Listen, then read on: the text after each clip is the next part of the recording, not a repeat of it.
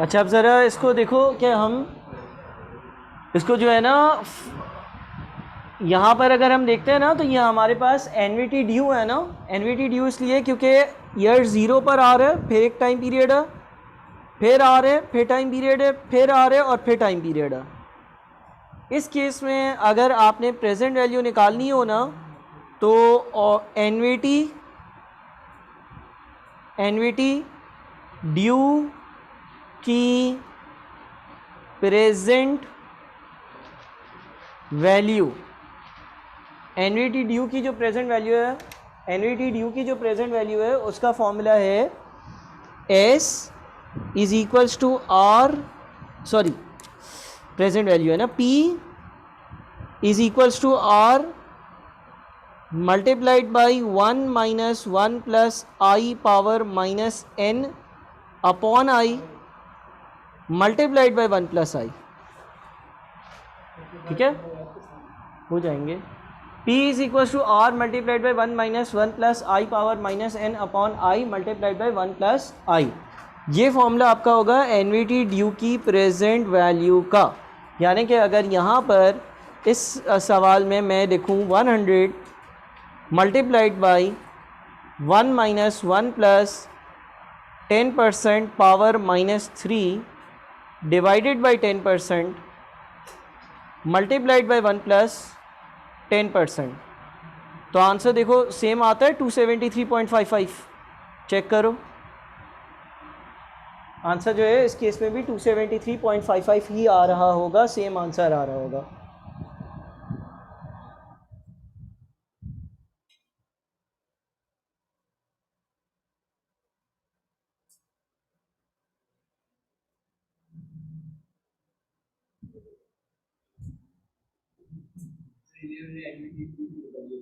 ये NVT due की present value है बेटे, ये भी यही चीज़ थी, इसमें फॉर्मूला यूज़ नहीं किया था ना कोई, और इसमें हमने फॉर्मूला यूज़ किया।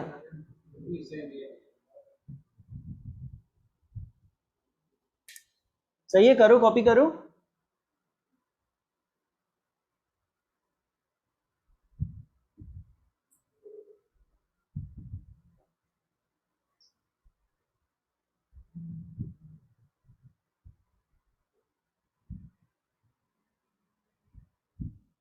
सही है,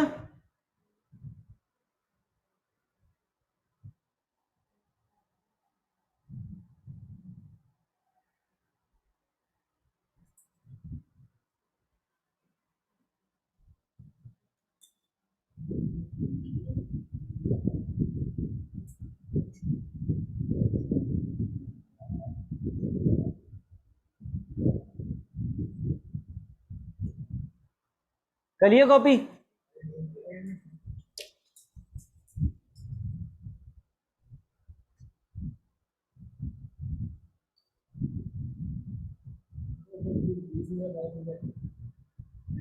सब करेंगे, सब करेंगे, हौसला।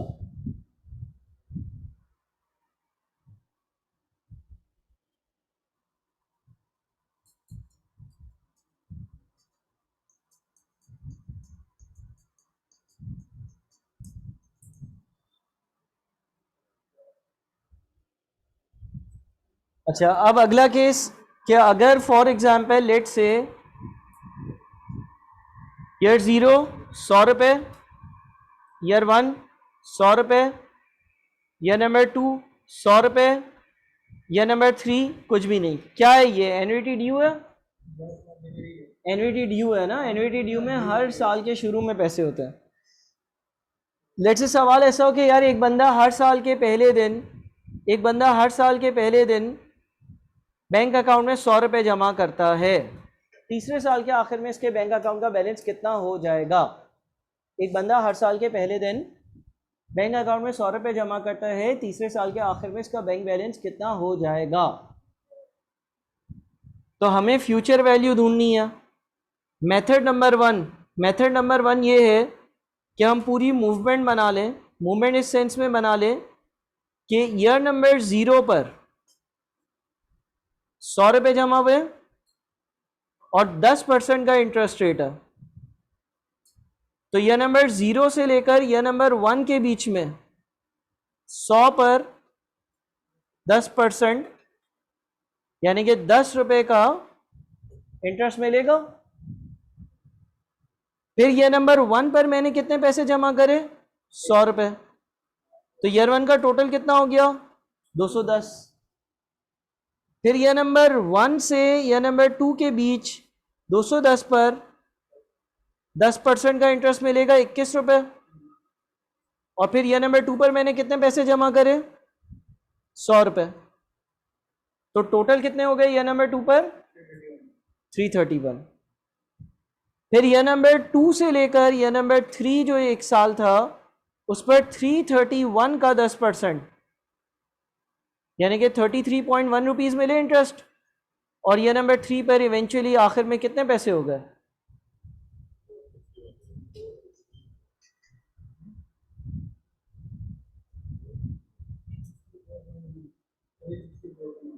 364.1। ठीक है, 364.1। हाँ, 100 नहीं है ना आखिर में। सही है। एक तरीका ये है। मेथड नंबर 2,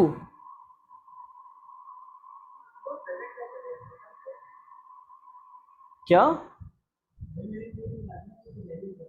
प्रेजेंट वैल्यू का मतलब ये होता है कि आज की वैल्यू क्या है। ये आज की वैल्यू तो नहीं निकल रही, ये तो हम ये देख रहे हैं कि एक बंदा हर साल के आखिर में, सॉरी, हर साल के शुरू में बैंक में 100 रुपये जमा कर रहा हो तो 3 साल के आखिर में उसके बैंक का बैलेंस कितना हो जाएगा, ये मालूम कर रहा है ना। इस बंदे ने देखो ईयर नंबर 0 पर 100 रुपये बैंक में जमा कर दिए। फिर ईयर नंबर 0 से 1 के बीच का इसको इंटरेस्ट मिला। फिर ईयर नंबर 1 पर इसने 100 रुपये जमा कर दिए। हम एज्यूम कर रहे हैं ना कि अगर वो हर साल के शुरू में पहले दिन जो है वो 100 रुपये जमा करे तो तीसरे साल उसके बैंक अकाउंट का बैलेंस कितना हो जाएगा। नहीं, इंटरेस्ट तो हमेशा टोटल अमाउंट पे मिलता है। इंटरेस्ट तो हमेशा जो एक्यूमुलेटेड अमाउंट होती है उस पर मिला करता है।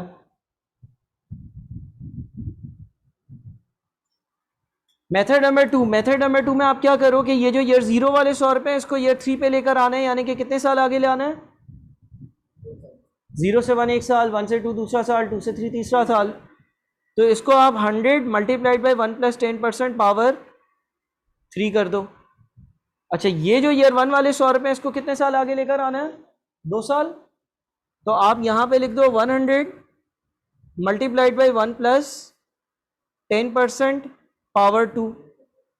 और फिर ये नंबर 2 पर जो 100 रुपये हैं इसको अगर 3 पे लेकर आओगे, एक साल आगे लेकर आना है, तो 100 मल्टीप्लाइड बाई 1 प्लस 10% पावर 1 कितना बनेगा?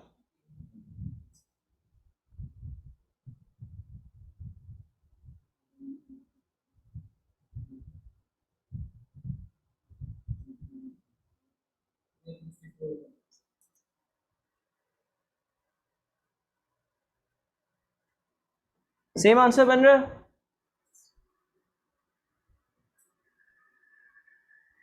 अब देखो, हमने ऑर्डिनरी एनवीटी की प्रेजेंट वैल्यू, ऑर्डिनरी एनवीटी की फ्यूचर वैल्यू का फॉर्मूला देखा। फिर हमने एनवीटी ड्यू की प्रेजेंट वैल्यू का फॉर्मूला देखा। अब आखिरी फॉर्मूला जो होगा वो होगा आपका एनवीटी ड्यू की फ्यूचर वैल्यू का। और एनवीटी ड्यू की फ्यूचर वैल्यू का फॉर्मूला होगा S is equals to R multiplied by 1 plus I power n minus 1 upon I multiplied by 1 plus आई, यानी कि S is equals to R, यानी कि 100 multiplied by 1 plus 10% power 3 minus 1 divided by 10% multiplied by 1 plus 10%। देखो कितना आता है? 364.1 आ रहा होगा।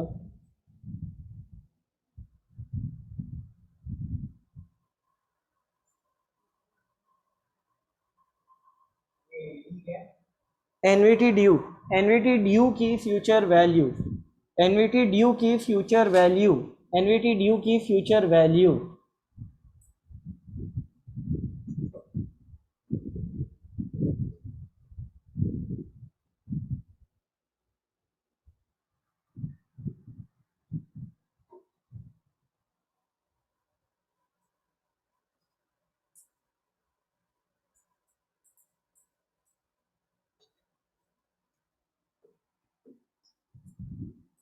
ठीक है, एनवीटी ड्यू की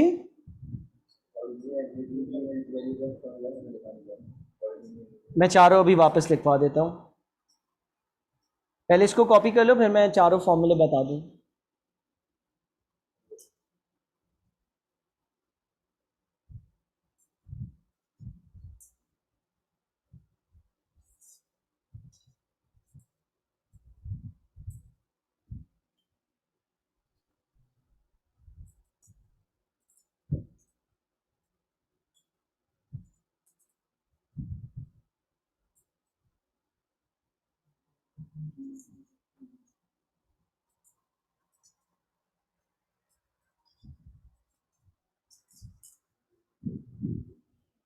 देखो चार चीजें हैं, चार चार चीजें क्या हैं, एक तो आपकी ऑर्डिनरी एनवीटी है, एक है आपकी एनवीटी ड्यू।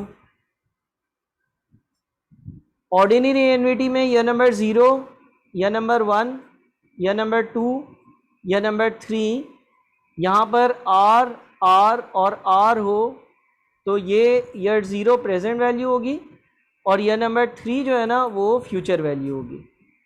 एनवीटी ड्यू में ईयर नंबर 0 या नंबर 1 या नंबर 2 और या नंबर 3 हो तो यहाँ पर आर आर आर, ठीक है ना, ये या नंबर 0 प्रेजेंट वैल्यू और ये या नंबर 3 फ्यूचर वैल्यू। इस केस में present value is equal to P is equal to R multiplied by 1 minus 1 plus I power minus n upon i. इस केस में P is equals to R multiplied by 1 minus 1 plus I power minus n upon I multiplied by 1 plus i. इस case में S यानी कि future value is equals to R multiplied by 1 plus I power n minus 1 upon i, और इस case में S is equals to R multiplied by 1 plus I power n minus 1 upon I multiplied by 1 plus i. ये चार फॉर्मूले हैं और दो तरह की, एक ऑर्डिनरी एनवीटी है और एक एनवीटी ड्यू है। अब इसकी हम एप्लीकेशन देख लेंगे कि किस तरह के क्वेश्चंस आएंगे, लेकिन पहले इसको कॉपी कर लो, सही है।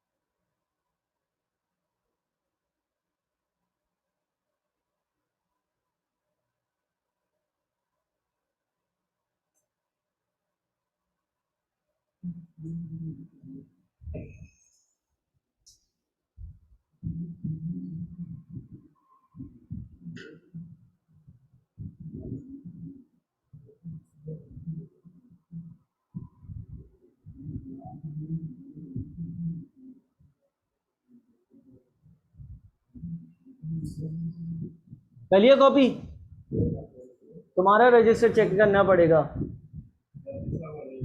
हाँ अभी लिख रहे हो, अभी लिख रहे हो, अभी लिख रहे हो, अभी लिखो, जल्दी से लिखो।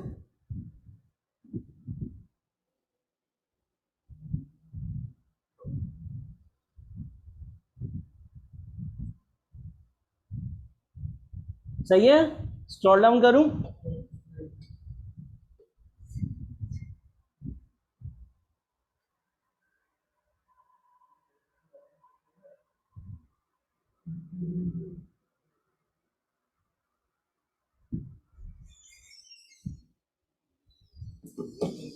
पानी ठंडा है, ठंडा है ना, नहीं है, अरे यार।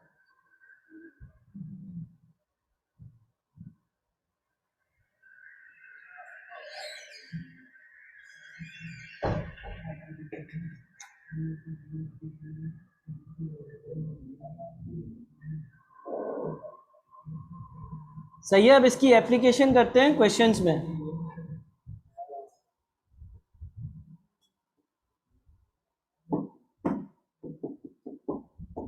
अच्छा, आप देखो ये चार जो मेथड्स है ना, ये आपके क्वेश्चंस के बीच में कहीं ना कहीं यूज हो रहे होंगे। किस तरह से यूज हो रहे होंगे वो हम जो है ना वो देखने के लिए हमें एक चीज पढ़नी पड़ेगी जिसका नाम है spot.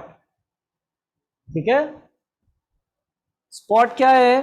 Number one, single, spot का मतलब है single point of time. Spot का मतलब है single point of time. Spot का मतलब है सिंगल पॉइंट ऑफ टाइम। ठीक है,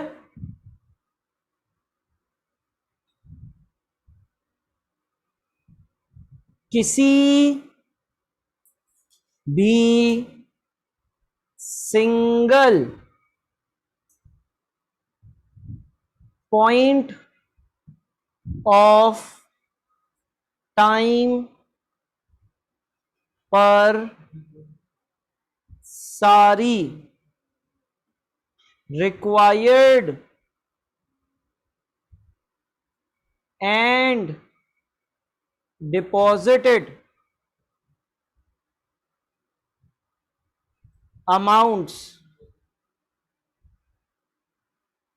एक दूसरे के इक्वल होती हैं। किसी भी सिंगल पॉइंट ऑफ टाइम पर सारी रिक्वायर्ड और डिपॉजिटेड अमाउंट्स एक दूसरे के इक्वल होती हैं।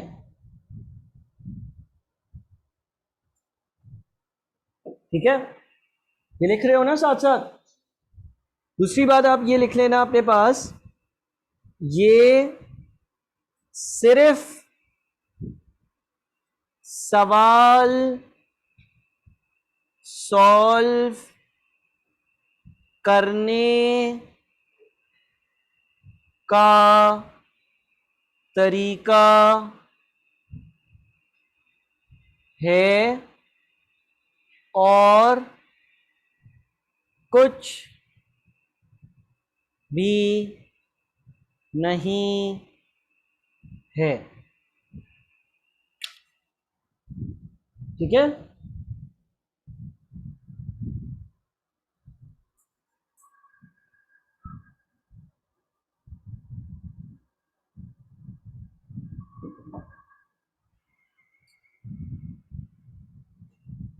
ठीक है, लिखो जल्दी से लिखो।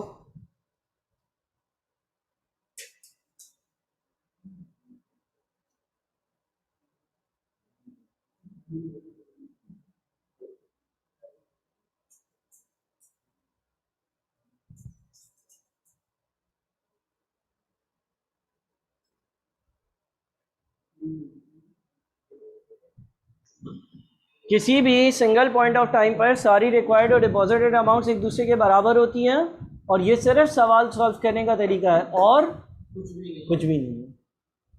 ठीक है, अब देखो फॉर एग्जाम्पल लेट से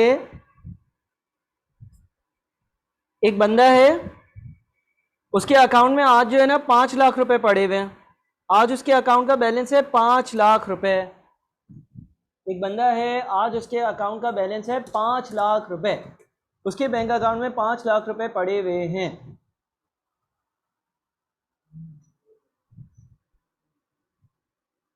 अच्छा, उसको ईयर नंबर 3 पर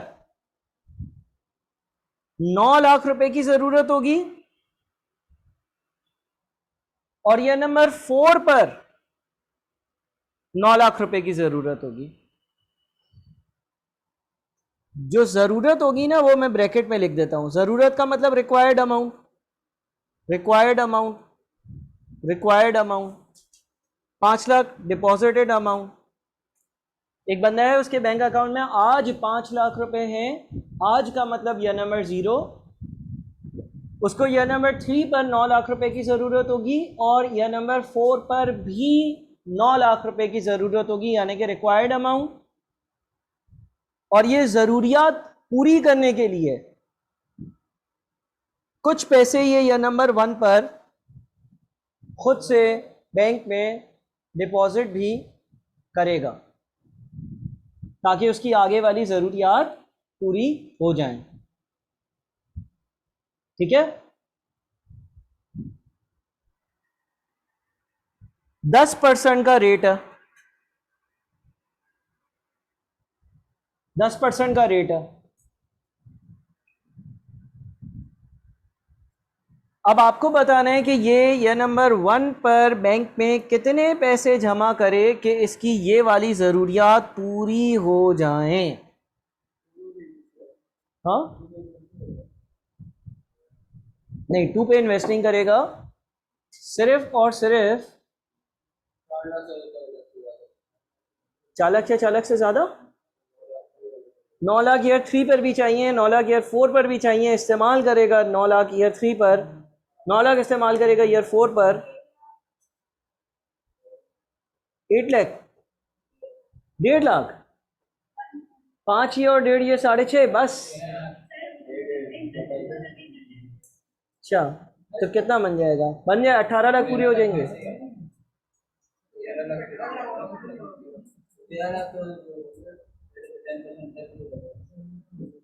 इंटरेस्ट भी तो है, मिलेगा ना।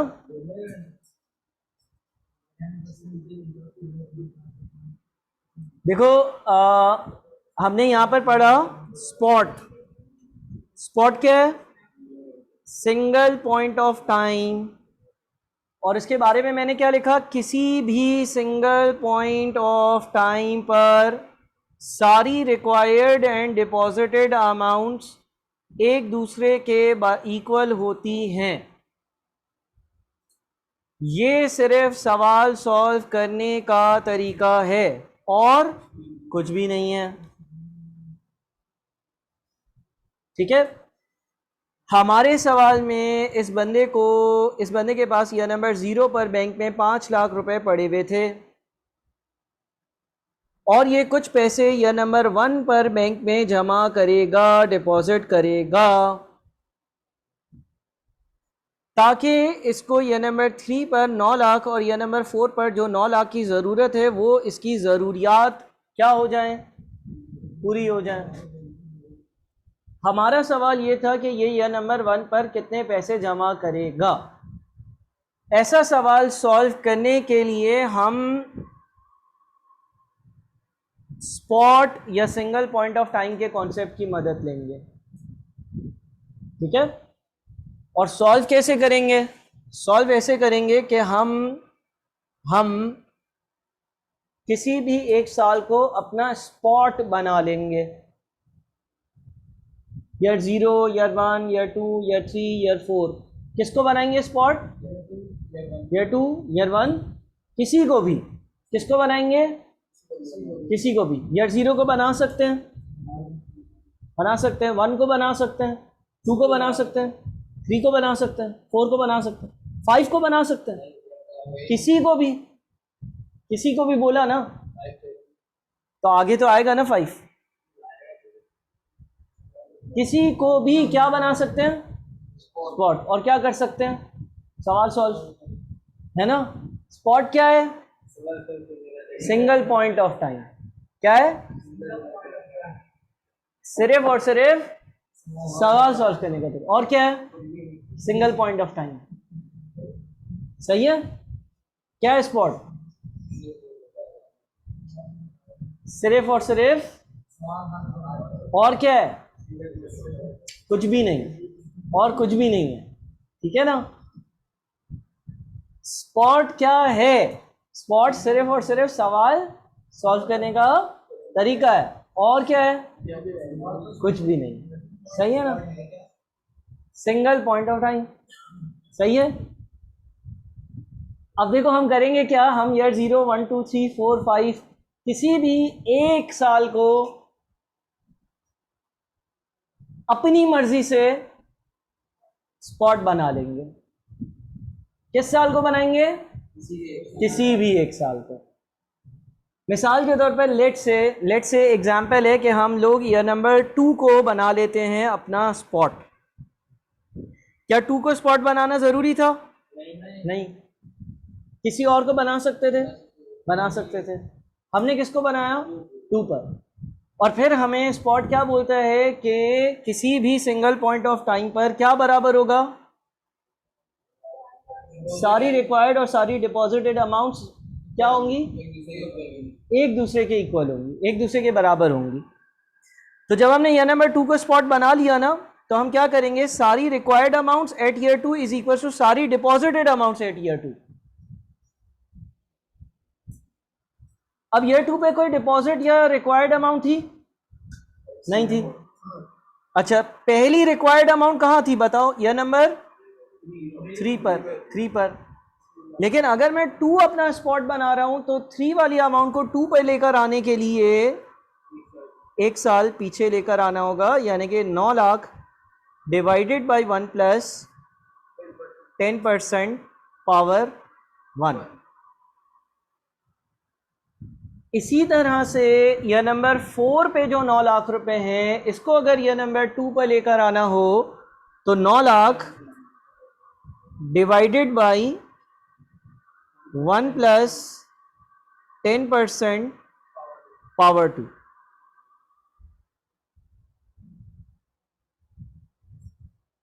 देखो, ईयर 3 वाले 9 लाख जब ईयर 2 पर आएंगे तो 1 साल की डिस्काउंटिंग, और ईयर 4 वाले ईयर 2 पर आएंगे तो 2 सालों की डिस्काउंटिंग। डिपॉजिटेड अमाउंट्स, एक डिपॉजिट ईयर नंबर 0 पर है 5 लाख का, उसको 2 पे लेकर आना है तो किससे मल्टीप्लाई करेंगे? 1 प्लस 10% पावर 2 से। और ईयर 1 पे जो डिपॉजिट है x, उसको अगर ईयर नंबर 2 पे लेकर आएंगे तो मल्टीप्लाई करेंगे 1 प्लस 10% पावर 1 से। अब इसको सॉल्व कर कर x की वैल्यू बताओ कितनी आती है?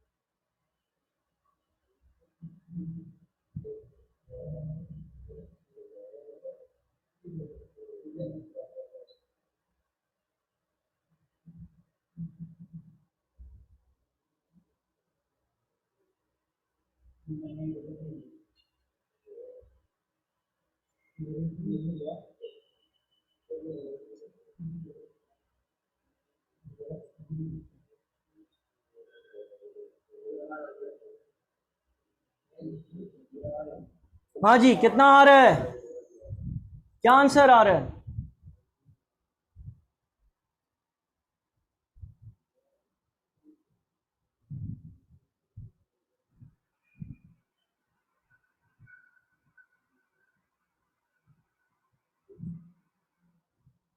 क्या हुआ भाई, बता दो ना आंसर। 870 869984। थोड़ा सा आगे पीछे आ सकता है, इसका मतलब हमें हमारा आंसर ये बता रहा है, हमें हमारा आंसर ये बता रहा है कि अगर आप ये नंबर 1 पर, अगर आप ये नंबर 1 पर 869984 जमा करोगे ना तो आपकी ज़रूरियात पूरी हो जाएंगी। हम इसको चेक कर लेते हैं, वेरीफाई कर लेते हैं। कैसे वेरीफाई करेंगे? देखो, ईयर 0 पर हमारे बैंक का बैलेंस कितना था? 5 लाख। अच्छा, अगर 10% का इंटरेस्ट रेट है तो ईयर 0 से ईयर नंबर 1 तक का इंटरेस्ट कितना बना? 5 लाख का 10% कितना होता है? 50,000। फिर हमारे आंसर के हिसाब से हमने ईयर नंबर 1 पर मजीद 869,984 जमा करे होंगे। ईयर 1 पर बैंक बैलेंस टोटल कितना बन गया? 5 लाख प्लस ईयर 0 से 1 का 50,000 का इंटरेस्ट प्लस ईयर 1 का हमारे आंसर के हिसाब से 869,984 141,984। उसके बाद ईयर नंबर 1 से ईयर नंबर 2 इस टाइम पीरियड के बीच का 10% का इंटरेस्ट यानी कि 141,998 ऐड करो। ईयर नंबर 2 का बैलेंस कितना बना? ऐड करो।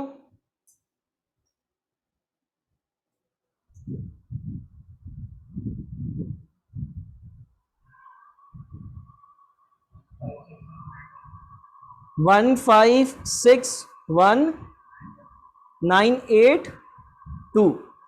उसके बाद ईयर नंबर 2 से ईयर नंबर 3 के बीच का इंटरेस्ट 10% के हिसाब से 156,198। और उसके बाद ईयर नंबर 3 पर मैंने बैंक से कितने निकाल लिए? 9 लाख निकाल लिए। तो बचे कितने बताओ? 817,180। फिर 817,180 ईयर नंबर 3 से ईयर नंबर 4 के बीच का इंटरेस्ट 81718। और फिर मैंने 9 लाख रुपए निकाल लिए।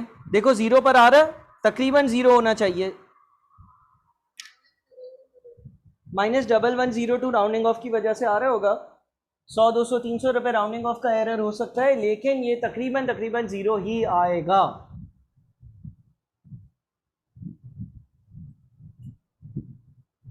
सही है